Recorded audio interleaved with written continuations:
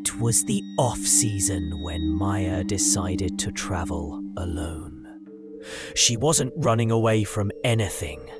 At least, that's what she told herself. Just a short escape from the noise, the city, the expectations. She found a quiet mountain town known for nothing more than its fog-covered cliffs and a long-forgotten sanatorium that had been turned into a guest house. The building was old, more than a century, and it showed. The wood creaked under her steps. Suddenly, the wallpaper peeled like shedding skin, and a musty dampness clung to the air. Only one other guest was staying the night. A silent man in a grey coat, who never smiled, never spoke. He simply sat in the lounge chair in the lobby, staring at the fireplace that was never lit. The woman at the desk was polite, but distant. When Maya checked in, she gave a strange look before handing over the key. "Room 9, she said flatly, then added, "Don't open the window after midnight." Maya paused. Why? The woman didn't look up. It doesn't like that. Room 9 was at the far end of the second floor.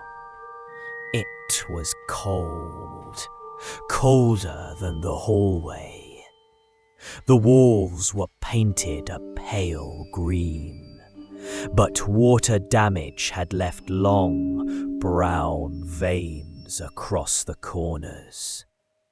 The bed was firm, the mirror cracked at the corner, and the window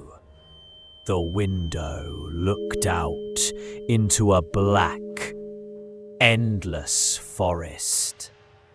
She unpacked, settled in, read a few pages of a book. By 11:45 p.m., she was in bed, half asleep, until she heard it. At first, it seemed like the pipes. Old buildings do that. Then again, Maya sat up. The sound was coming from the window. She got up slowly and approached it. There was nothing outside, just thick fog and the outline of dead trees. She turned away.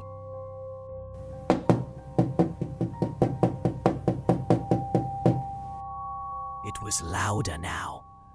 She rushed back to bed and pulled the covers to her chin. The words of the receptionist echoed in her mind. "Don't open the window after midnight." Her eyes flicked to the clock.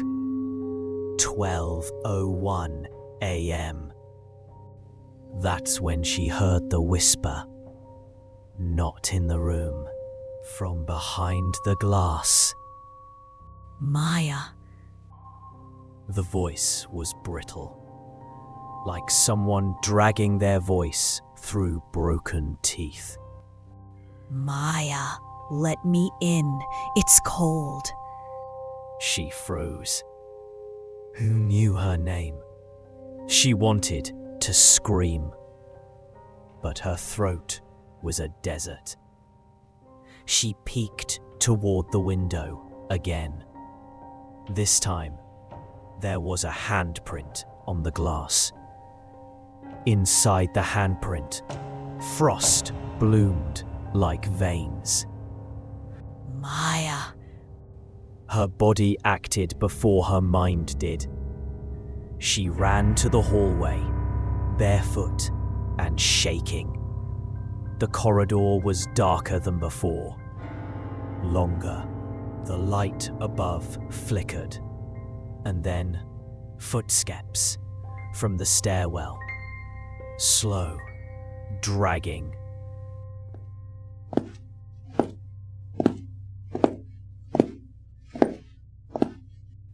Maya turned and ran the other way, past the silent man in the lounge, who was no longer sitting, but standing, watching her as she passed with eyes that had no whites. She ran to the reception. The woman behind the desk didn't look surprised. I told you not to open the window, She said. I didn't, Maya cried. I didn't open it. The woman shook her head. It doesn't matter. You answered it. There's a difference. At sunrise, the town was calm again. Room 9 was empty. No sign of Maya. No clothes. No bag. No sound. Just a set of damp, bare footprints trailing from the inside of the room to the open window. They led into the fog-drenched forest beyond, and then stopped, vanishing into the earth like she had never been there at all. The receptionist simply stared at the guest book. She slowly crossed out Maya's name.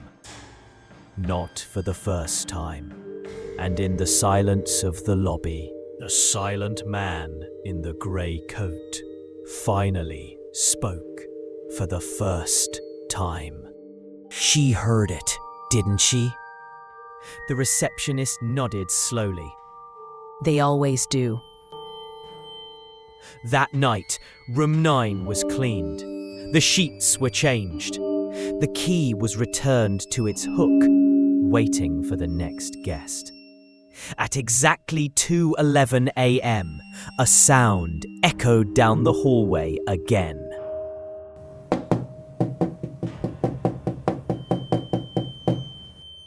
From behind the glass. But this time, the whisper was different. A new voice. Let me in, please. It's cold. It was Maya.